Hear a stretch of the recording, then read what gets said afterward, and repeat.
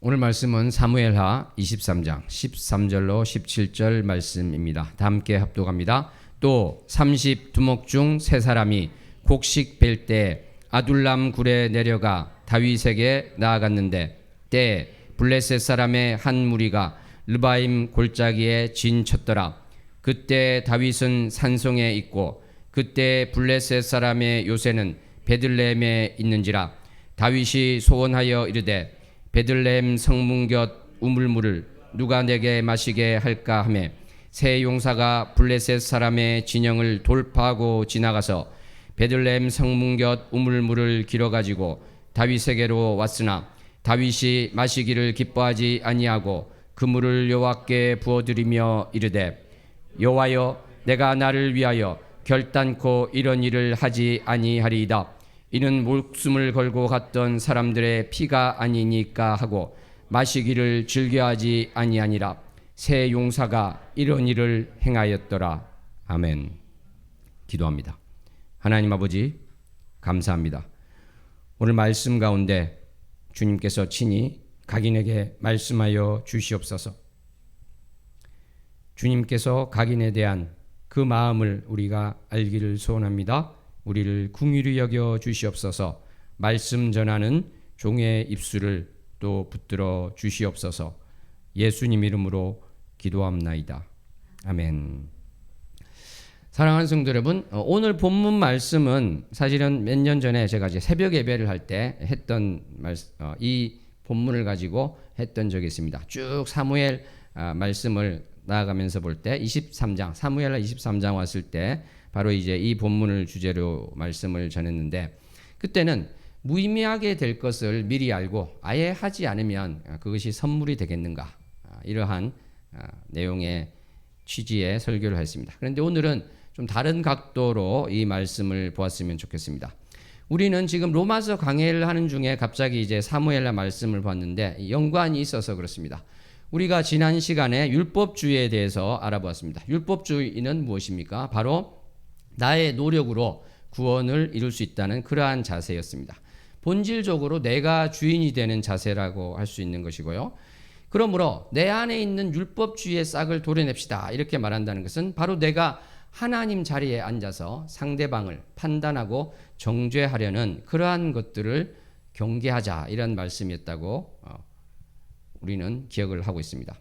지난주에 그런 말씀을 나눴는데, 그러므로 어떤 말씀을 또 나눴죠? 내가 쌓은 신앙의 연륜과 경험과 그러한 신앙의 지식으로 내가 상대방의 잘못된 점을 더 잘 볼 수 있게 된다면 차라리 앞 못 보는 맹인이 되는 것이 나을 뻔했다, 이런 말씀도 드렸습니다.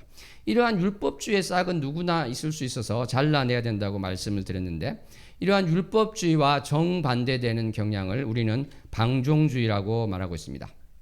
대척점에 섰다고 할 수 있겠죠. 그런데 이 율법주의의 정반대에 있는 이 방종주의, 거리가 멀지 않습니까? 근데 사실은 이 직선으로 돼 있지 않고요, 원처럼 돼 있습니다. 여기 율법주의가 있으면 삥 둘러서 반대에 있는 게 방종주의예요. 그렇게 보니까 어떻게 됩니까?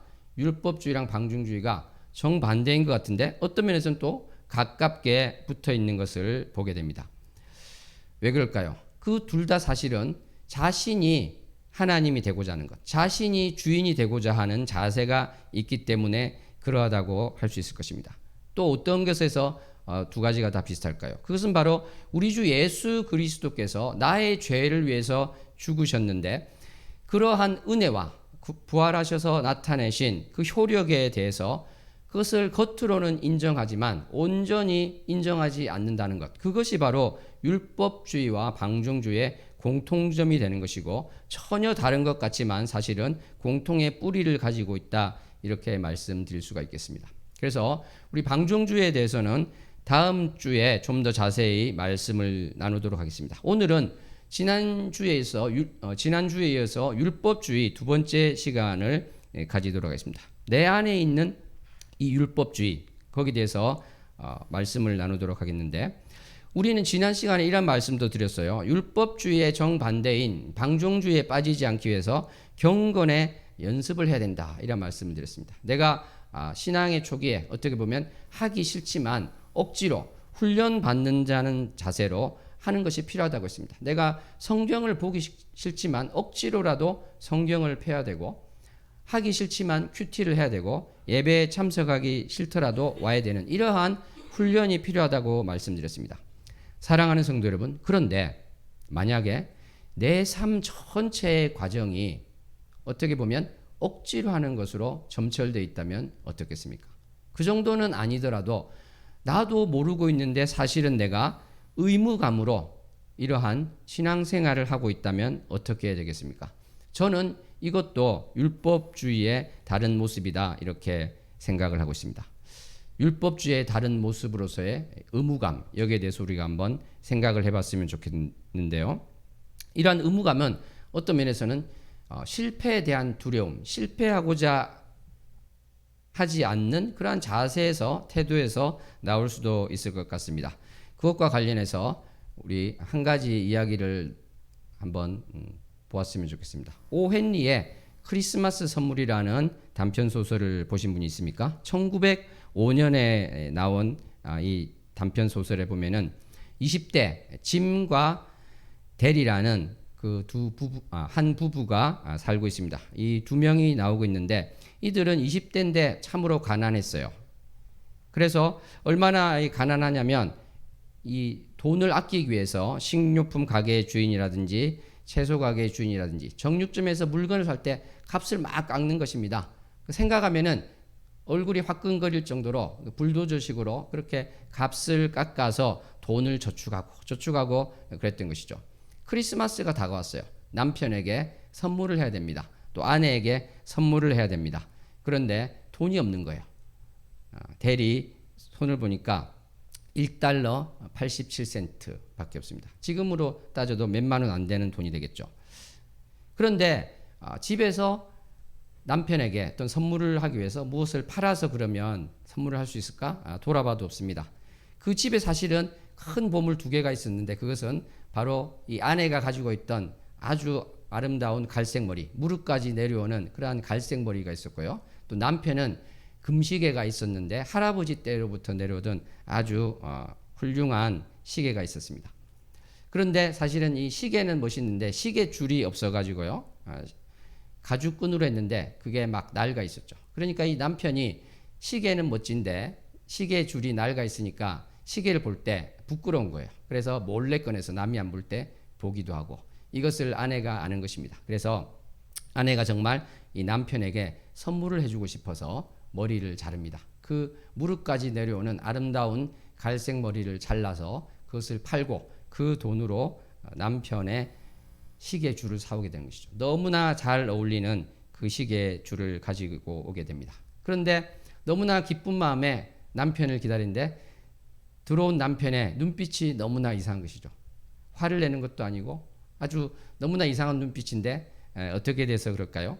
바로 이 남편은 짐은 아내를 위해서 선물을 사왔는데 브로드웨이 상점에서 아내가 유심히 쳐다보던 그 보석이 박힌 빛 세트 그것을 사온 것입니다. 너무 비싸서 살 생각도 못하고 그저 부러운 눈으로 상점 안을 바라보았던 그 아내를 위해서 남편이 그 고급 빛 세트를 사왔는데 머리를 빗는 아내 머리가 없는 거예요. 아내는 또 남편을 위해서 자, 이 시계줄을 차면 당신 시계가 근사해 보일 거야 그랬는데 남편은 어떻습니까? 시계가 없죠. 그 시계를 팔아서 그 고급 빛 세트를 샀기 때문입니다. 사랑하는 성도 여러분, 이 이야기를 보면은 실패한 이야기죠. 그죠? 사실은 상대방에게 소용이 없는 선물을 사온 것입니다. 어떻게 보면 무의미한 결과가 되는 것이고 쓸모없는 선물이 되는 것입니다. 분명히 겉으로 보면 실패했습니다. 그렇지만 이 실패를 통해서 서로가 얼마나 사랑하는지를 확인하게 되었습니다. 그래서 이 크리스마스 선물의 원죄는 바로 동방박사의 선물이 되는 것입니다. 예수님에게 그 선물을 한 동방박사처럼 귀하고 가장 현명하고 아름다운 선물이다. 이런 의미가 되는 것입니다. 오늘 우리가 본 본문 말씀 사무엘하 23장 13절로 17절도 바로 그러한 내용의 말이 되겠습니다. 다윗이 누가 베들레헴 성문 곁 우물물을 내게 마시게 할까 이렇게 생각하고 있는데 거기에는 지금 블레셋 군인들이 있는 것입니다. 그러니까 거기 가면 10중 8구 죽게 되겠죠. 그런데 다윗의 부하 3명이 이 말을 듣고 가서 목숨을 걸고 가서 그 우물물을 떠온 것입니다. 자, 이 이야기가 성공하기 위해서는 어떻게 될까요? 이 부하들이 떠온 물을 다윗이 마시면서 정말 시원하다. 어떻게 이렇게 맛있는 물을 떠왔느냐? 이렇게 하면 이야기가 참 아름답게 끝날 것 같은데 오늘 본문 말씀 보니까 어떻겠습니까? 다윗이 차마 그 물을 마시지 못하고 여호와께 부었습니다. 나는 핏값과도 같은 이 부하의 핏값과 같은 물을 도저히 마실 수 없습니다. 이렇게 고백을 하는 것입니다. 겉으로 보면 실패한 것이죠. 무의미한 물이 다 입으로 들어가지 않는데 무의미한 일이 되었죠.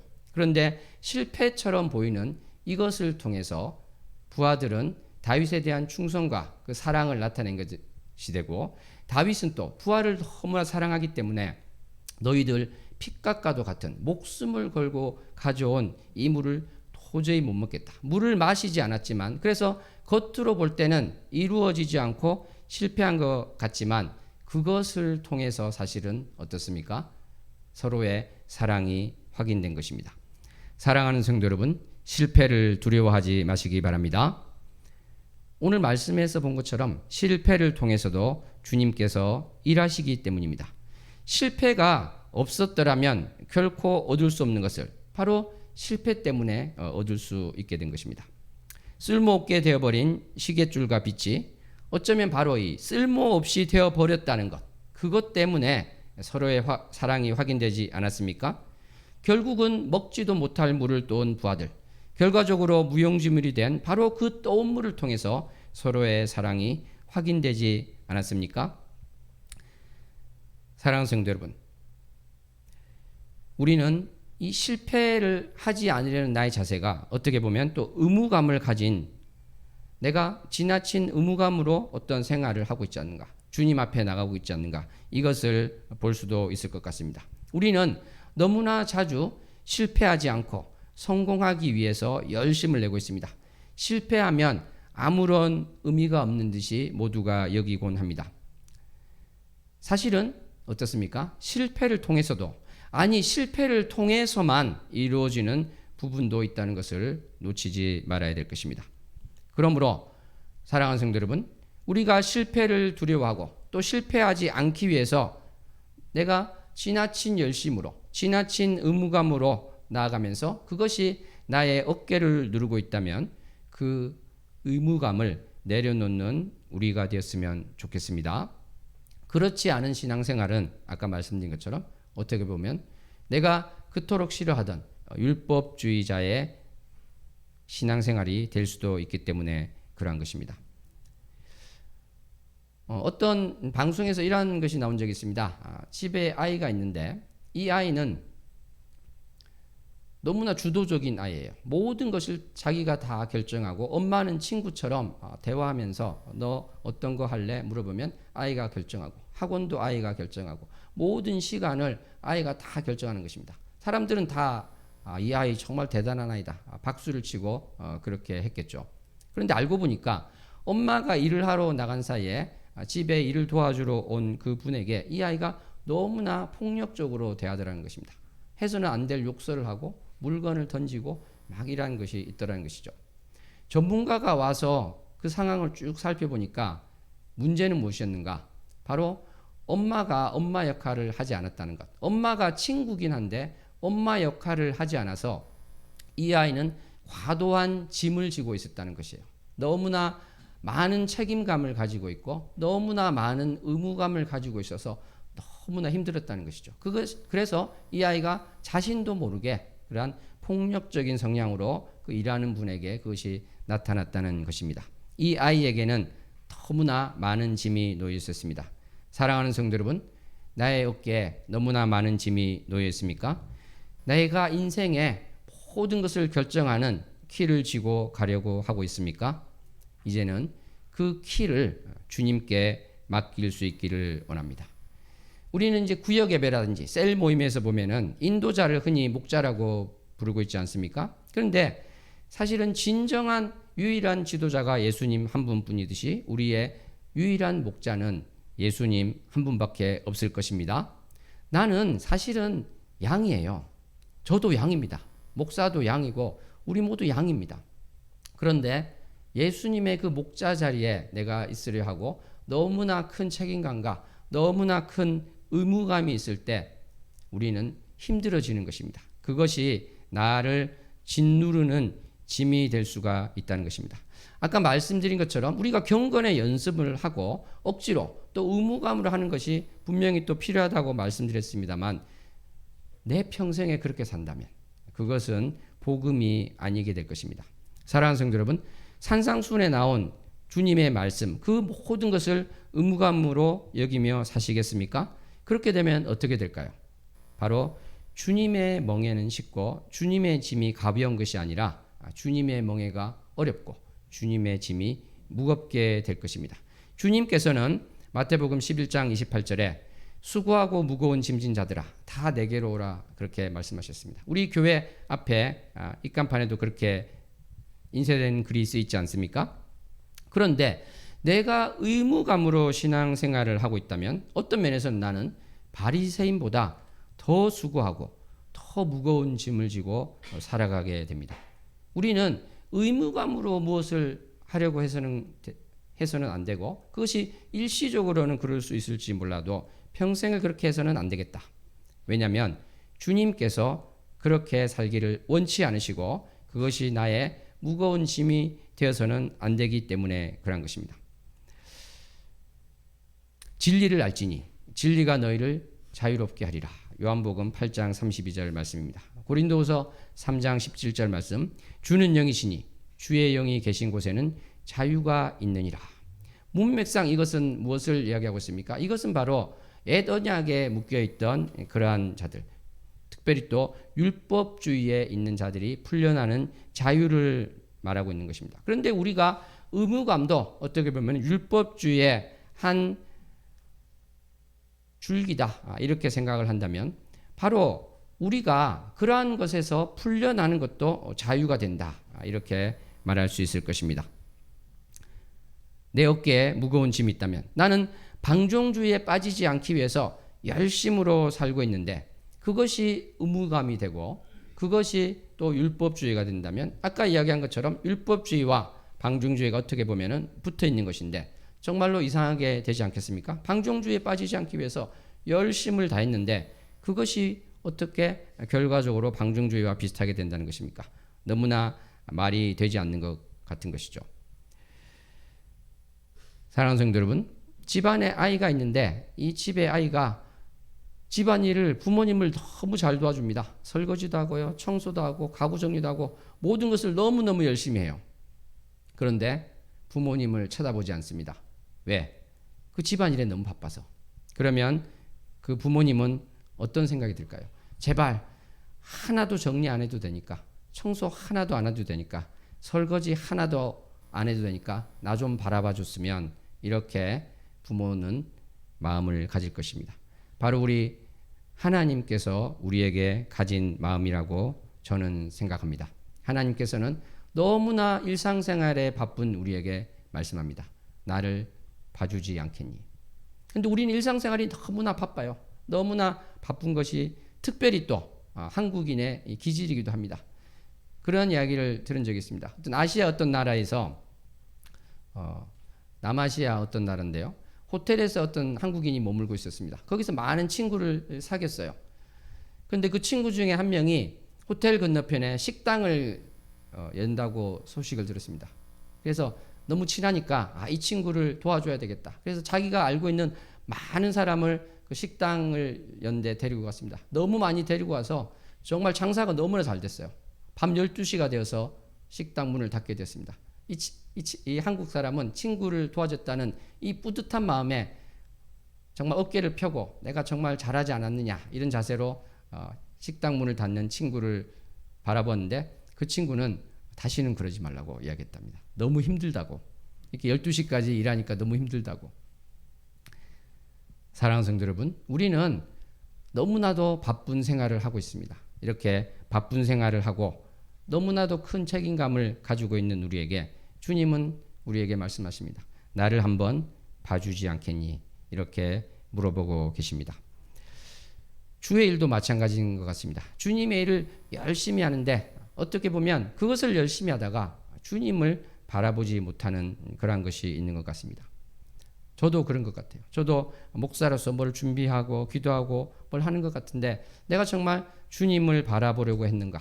주님께서 나 좀 바라보지 않겠니? 지목사야 그러는데 제가 주님을 바라보려고 했던가? 아니면 내가 어떠한 사역이라는 그러한 것 가운데 달려가고만 있었는가? 이것을 보게 되는 것입니다. 사랑하는 성도 여러분, 우리는 다음 한 주간 정말 주님 내가 많은 것을 내려놓고 주님 한 분만 바라보기 원합니다. 내가 의무감에서 무엇을 하는 것이 아니라 주님 한 분만 바라보기 원합니다. 이렇게 고백을 했으면 좋겠습니다. 여러분들이 하는 많은 일들, 또 교회에서 우리가 서로 확인하는 그런 것도 있잖아요. 그러한 것들도 이것이 내가 의무감인가? 우리 교회에서는 큐티를 했으면 큐티 두 자루를 해서 했다는 것을 서로 확인하는 것이 있는데 이것이 만약에 또 의무감이라 생각한다면 한번 일주일 정도는 그것을 내려놓고 주님을 또 바라볼 수 있었으면 좋겠습니다. 그것이 또 그렇지 않으면 또 하던 분들은 또 계속 그렇게 해도 되겠죠. 물론 우리가 일상생활 가운데 주님을 정말 나의 일을 그만두고 바라보기는 쉽지 않을 것입니다. 그렇죠? 직장도 다녀야 되고요. 주부는 또 집안일을 돌봐야 되고 쉽지 않은 것 같습니다. 그래서 있는 것이 바로 어떻습니까? 교회에서 수련회 같은 것이 있고 또 우리 강사원 교수님도 지금 와 계시지만 한동대 TD 같은 것이 있는 것입니다. 이런 것에 열심을 내어서 내가 너무나 분주하게 살아가고 있는 것인데 시간을 내어서 모든 것을 내려놓고 주님을 한번 바라보기 원합니다. 이렇게 결단할 수 있는 우리가 되기를 원합니다. 특별히 이번 한 주 이것을 마음에 품고 주님을 보기 위해서 바를 때는 우리가 되었으면 좋겠습니다. 기도하겠습니다. 하나님 아버지 감사합니다. 사랑합니다. 주님을 바라보기 원합니다. 주님 사랑합니다. 고백하는 자 되기 원합니다. 많은 일들이 있지만 귀하고 귀한 일들이 있지만 이제 내가 의무감에 큰 짐이 있었다면 잠시라도 내려놓고 주님을 바라볼 수 있기를 원합니다. 내가 그 의무감 때문에 율법주의자처럼 신앙생활을 하고 있다면 주님을 올바로 바라보고 또 올바로 서는 자 되기 원합니다. 긍휼히 여겨 주시옵소서. 예수님 이름으로 기도하옵나이다. 아멘.